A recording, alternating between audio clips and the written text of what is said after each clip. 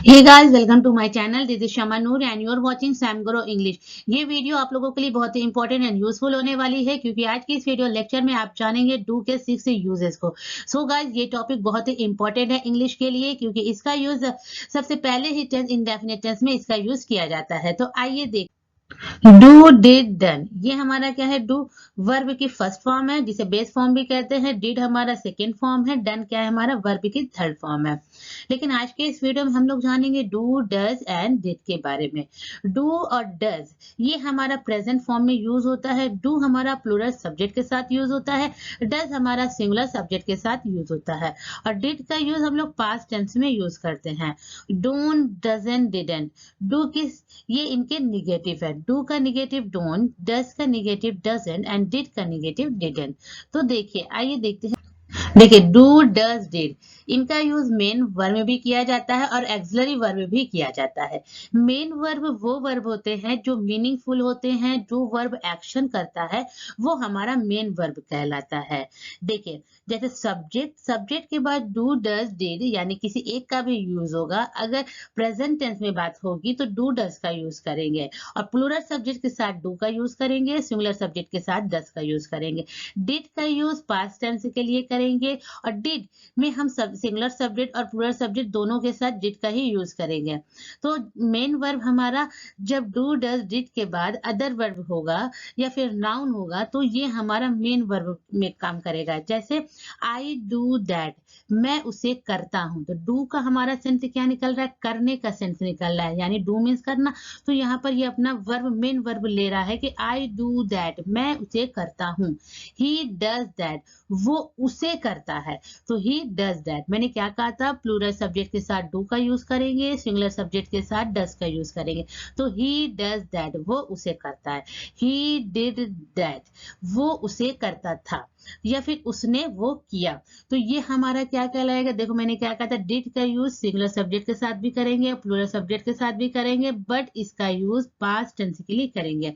तो I hope main verb समझ में आ गया। मेन वर्ब वो वर्ब, आगे की वीडियो में मैं आपको बहुत ही बारीकी में बताऊंगी। ये अभी मैं हल्का हल्का आपको समझा रही हूँ, आगे नेक्स्ट स्लाइड में आप जानेंगे, अगली स्लाइड में।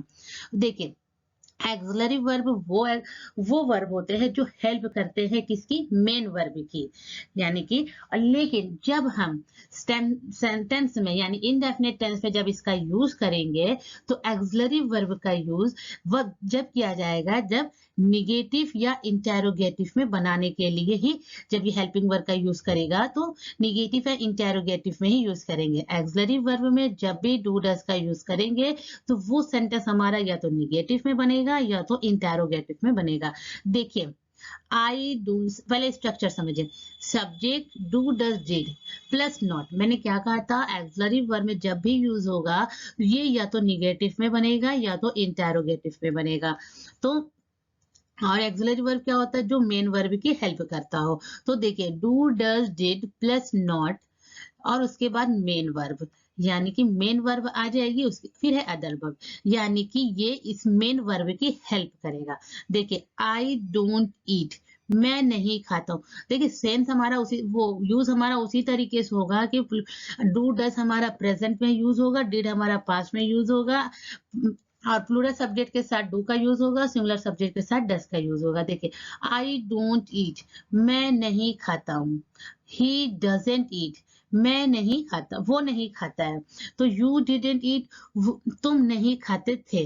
तो देखिए, आई के साथ डू का यूज करें तो, लेकिन निगेटिव में था तो डू का क्या बन गया? डोंट बन गया। डस का क्या बन गया? डजंट बन गया। ही के साथ डस का यूज करें, ही हमारा सिंगुलर सब्जेक्ट है, सिंगुलर सब्जेक्ट के साथ डस का यूज करें, लेकिन निगेटिव है तो डस का डजंट हो गया। देख, तो क्या हो गया? He doesn't eat, you didn't eat. आइए नेक्स्ट समझते हैं। देखिए, मैंने तो बताया था अभी ना, मेन वर्ब हमारे मीनिंगफुल होते हैं और एक्शन करते हैं, ये तो हम अभी आपको बता चुके हैं।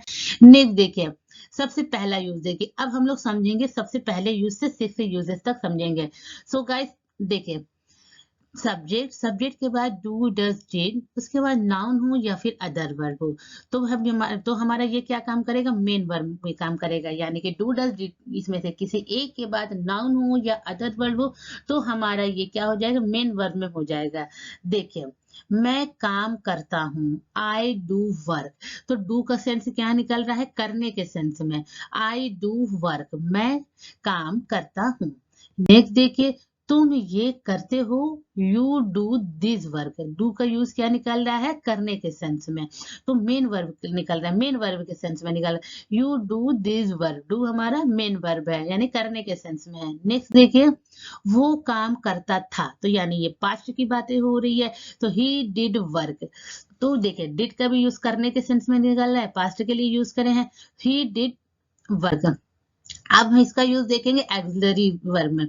देखिए, निगेटिव सेंटेंस या फिर इंटेरोगेटिव सेंटेंस, यानी कि एक्सिलरी वर्ब का यूज निगेटिव सेंटेंस में किया जाएगा या फिर इंटेरोगेटिव सेंटेंस में यूज किया जाएगा। देखिए, वो नहीं खाता है, ही डजंट ईट। वो नहीं खाता है, ही डजंट ईट। तुम झूठ क्यों बोलते हो? ये क्या है? हमारा इंटेरोगेटिव सेंटेंस है और थे का यूज है, तो थे हमारा क्या है? पास्ट टेंस है। तो देखिए, why did you tell a lie? Why did you tell a lie? तो डिड हमारा क्या है? मेन वर्ब है। इसके बाद हमारा नहीं है कोई मेन वर्ब, तो क्या है? Why did you tell a lie. देखिए, वो यहाँ नहीं आया था, तो था का यूज है, यानी कि पास्ट की बातें हो रही है, तो he didn't come here. Next देखिए, डू डज का यूज इम्फेटिक। ये इम्फेटिक मतलब जब आप किसी चीज पर, किसी एक चीज पर जोर दे रहे हो, तो वो हमारा क्या होता है? इम्फेटिक कहलाता है, जब किसी चीज पर जोर देने के लिए। एक बार इसका स्ट्रक्चर समझ लीजिए। स्ट्रक्चर समझने से क्या होता है कि अगर हम एक दो सेंटेंस आपको बता रहे हैं, तो आप उसको 1 से 1000 सेंटेंस बना सकते हैं। तो देखिए, सब्जेक्ट डू डज डिड के बाद वर्ब की फर्स्ट फॉर्म का यूज करेंगे, फिर उसके बाद अदर वर्ब। तो हमारा यहाँ पर सेंस क्या होगा? एक इम्फेटिंग का सेंस होगा। देखिए, मैं खाता तो था, तो यानी यहाँ पर क्या हो रहा है? सिर्फ एक खाने पे जोर दिया जा रहा है। मैं खाता तो था, यानी कि वो खाता था। अब उसकी सेहत नहीं बनी, बात अलग है, लेकिन वो खाता तो था। आई डिड ईट, मैं खाता तो था, आई डिड ईट। वो खाता तो था, he did eat.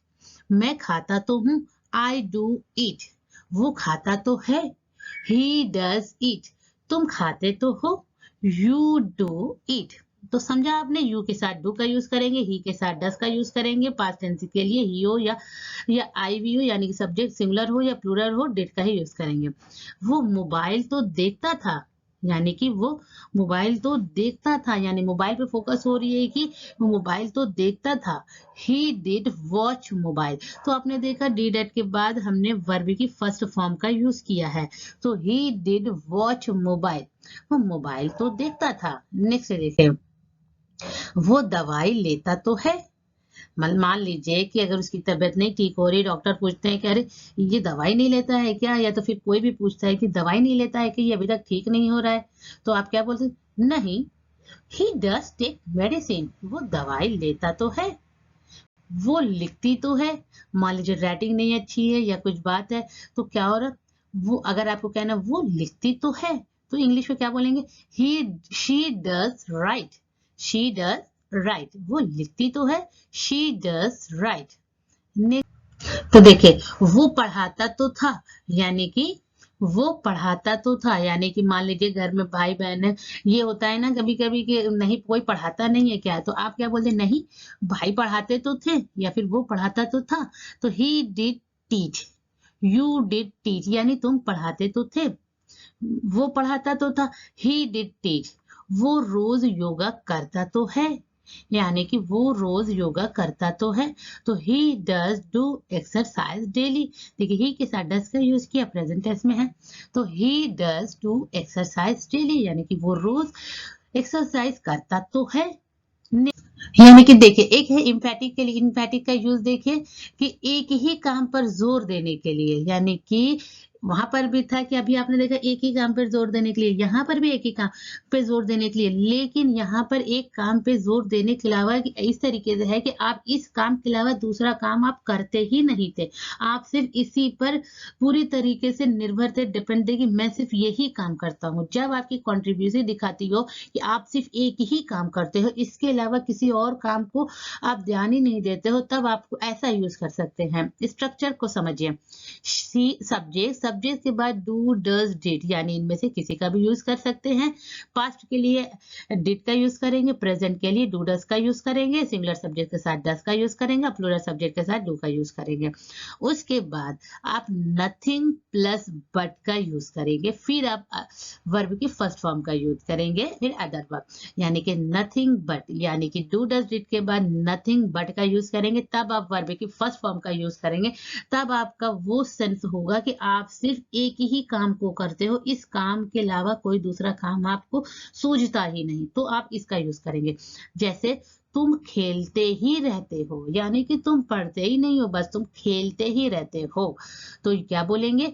You do nothing but play. Understand? You do nothing but play, यानी कि तुम खेलते ही रहते हो, कुछ पढ़ते ही खाओ, कुछ काम करते ही खाओ, बस तुम खेलते ही रहते हो सारा दिन, तो you do nothing but play. वो हंसता ही रहता है, यानी कि वो सारा दिन किसी भी बात पर, कुछ लोग होते हैं ना, किसी भी बात पे, कोई भी बात हो, हंसते ही रहते हैं, हंसते ही रहते हैं, तो उनको लिए क्या बोलेंगे? He does nothing but laugh. He does nothing but laugh, यानी कि वो हंसता ही रहता है। He does nothing but laugh. देखिए, वो बोलता ही रहता था, यानी कि वो बोलता ही रहता था। He did nothing but speak, यानी कि वो सिर्फ बोलता ही रहता है। कुछ लोग होते हैं बहुत ज्यादा बोलते हैं, तो क्या करेंगे? He did nothing but speak. तुम दौड़ते ही रहते हो, यानी कि हर वक्त बे बात पे, कुछ भी जरा सी बात होती है, कुछ बच्चे होते हैं ना दौड़ते ही रहते हैं, तो you do nothing but run. तो इस तरीके से यूज कर सकते हैं, you do nothing but run. इस तरीके से आप कई सेंटेंस बना सकते हैं नथिंग बट के यूज से। नथिंग बट, उसके बाद वर्ब की फर्स्ट फॉर्म का यूज करके बहुत सारे आप सेंटेंस बना सकते हैं। आइए नेक्स्ट देखते हैं। निगेटिव इंपेरेटिव की सहायता से आज्ञा या आदेश देने के लिए भी हम लोग यूज करते हैं। डोंट के बाद वर्ब की फर्स्ट फॉर्म का यूज करेंगे, उसके बाद अदर वर्ब। स्ट्रक्चर आप समझ लीजिए, पहले आप डोंट का यूज करेंगे, उसके बाद वर्ब की फर्स्ट फॉर्म का यूज करेंगे।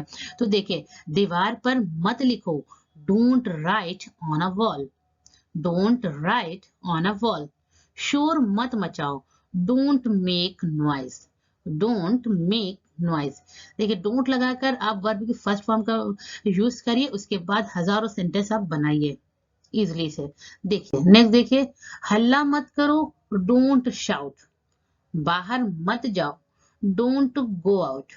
धूम्रपान मत करो, यानी कि देखिए डोंट का यूज मत के सेंस में निकाल रहे, कोई काम मत करो।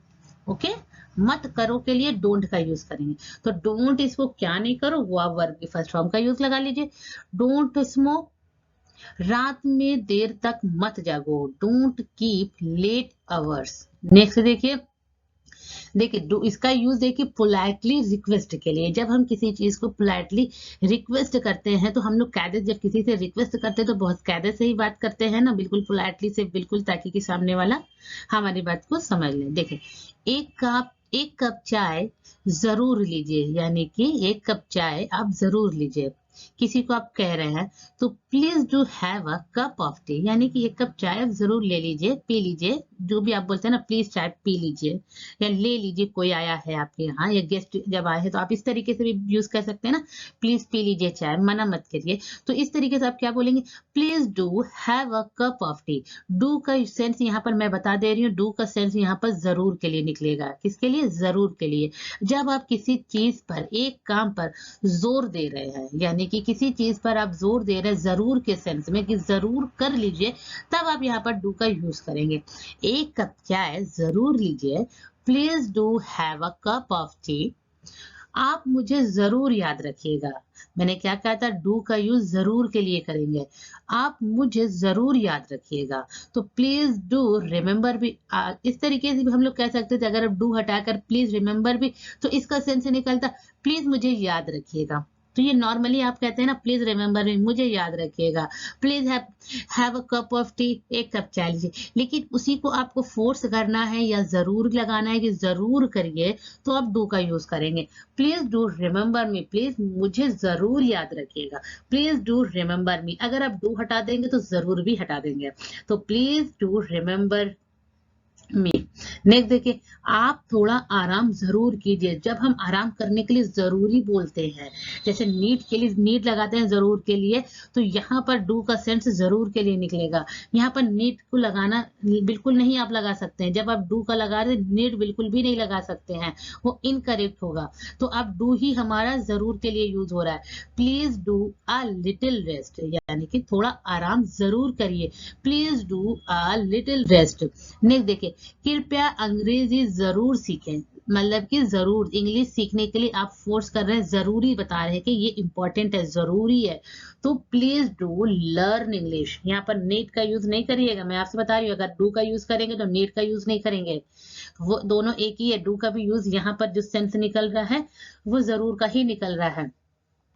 नेक्स्ट देखिए, क्वेश्चन टैग लगाने के लिए भी हम डू डस का यूज करते हैं। क्वेश्चन टैग यानी कि क्या होता है, जैसे वो शरारत करता है ना, यानी कि वो शरारत करता है ना, ये आपसे पूछा जा रहा है। तो देखो निकल तो रहा है, क्वेश्चन ही निकल रहा है ना इसका। वो शरारत करता है ना, यानी कि पूछ रहे हैं ना। तो इसका यूज किस तरीके से करेंगे, ही प्लेज प्रैंक डजंट ही, यानी कि देखिए डजंट ही अगर आपका पॉजिटिव यानी अफर्मेटिव सेंटेंस में है तो हम क्वेश्चन टैग हमारा निगेटिव में यूज होगा। अगर निगेटिव में सेंटेंस है तो पॉजिटिव में हमारा क्वेश्चन टैग लगेगा। समझ में आया, यानी कि यहाँ पर सेंटेंस हमारा क्या पॉजिटिव में है तो हमने निगेटिव में क्वेश्चन टैग को लगाया। यानी पॉजिटिव में सेंटेंस है तो निगेटिव में क्वेश्चन टैग लगेगा, निगेटिव में क्वेश्चन है वो सेंटेंस है तो क्वेश्चन टैग हमारा पॉजिटिव में लगेगा। देखिए, वो शरारत करता है ना, तो क्या बोलेंगे, he plays prank doesn't he. Next देखिए, वो स्मार्ट लगती है ना। कभी कभी हम बगल से किसी से कोई चीज पूछते हैं किसी के बारे में तो है ना का यूज करते हैं, वो स्मार्ट लगती है ना। She looks smart doesn't she, क्योंकि देखिए यहाँ पर पॉजिटिव सेंटेंस है तो निगेटिव क्वेश्चन टैग का यूज किया है मैंने। नेक्स्ट देखिए, वो मुझे बिल्कुल पसंद नहीं करता था, है ना। तो देखिए यहाँ पर निगेटिव का यूज है, वो मुझे बिल्कुल पसंद नहीं करता था, है ना, यानी कि शो पता है ना, इस तरीके से यूज करते हैं। तो he didn't like me at all, वो मुझे बिल्कुल पसंद नहीं करता था, डिड ही। तो देखा यहाँ पर मैंने क्वेश्चन टैग पॉजिटिव लगाया है, यहाँ पर देखिए डिडेंट, ये क्या है, निगेटिव सेंटेंस है। He didn't like me at all, वो मुझे पसंद नहीं करता था, है ना। तो डिड ही, यानी कि मैंने कहा निगेटिव सेंटेंस है तो पॉजिटिव क्वेश्चन टैग होगा। नेक्स्ट देखिए, आपका बेटा बिल्कुल पढ़ाई नहीं करता था, है ना। Your son didn't study at all did you. देखिए निगेटिव सेंटेंस है, निगेटिव सेंटेंस के साथ पॉजिटिव टैग का यूज किया गया। प्लीज वीडियो को लाइक जरूर कर दीजिएगा, साथ ही कमेंट बॉक्स में अपनी राय लिखना मत भूलिएगा। और हाँ, इंपॉर्टेंट बात, अगर आपने हमारे चैनल को अभी तक सब्सक्राइब नहीं किया तो प्लीज चैनल को सब्सक्राइब कर दीजिए और साथ ही बेल आइकन के ऑल ऑप्शन पर जरूर क्लिक कर दीजिएगा ताकि नेक्स्ट वीडियो की नोटिफिकेशन आपको सबसे पहले मिल जाए। See you soon in the next video.